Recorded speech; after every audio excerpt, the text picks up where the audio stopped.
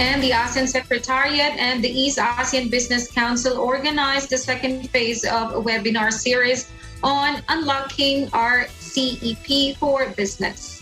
The webinar focused on opportunities for food beverage industry, where speakers explained and unlocked RCEP's chapters and provisions related to the food and beverage industry.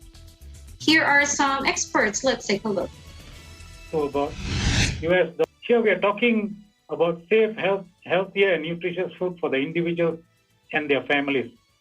However, the supply chain will not be able to keep up with the demand due to the inherent agricultural challenges such as limited agricultural land, stagnant yields, aging labor force in the farming sector, and post-harvest loss and food wastage as a whole.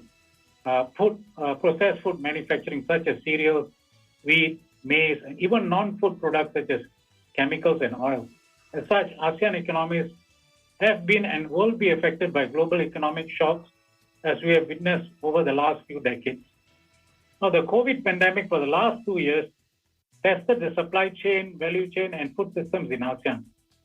While ASEAN placed restrictions on the movement of goods and services during this period, it was heartening to see agricultural inputs, farm workers, and services being able to move across the region with lesser restrictions. Being in an FTA with 15 parties, there is really a wider area, a wider group of countries from which inputs can be sourced.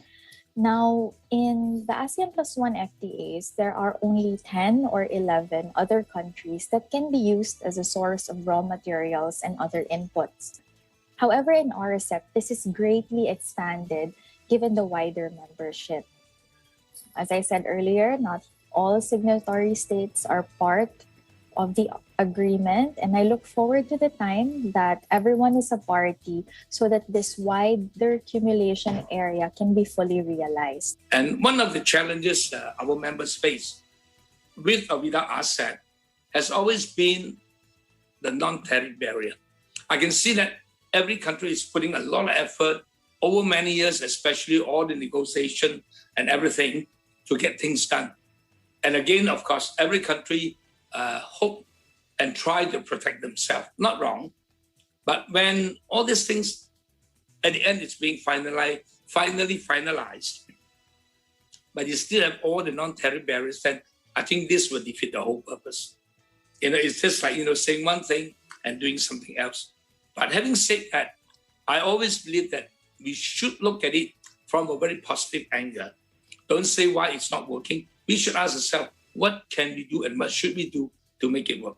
And more importantly, how can we help the small and medium-sized enterprise, which is the backbone of most countries, to move to the next level of competency so that they can do it?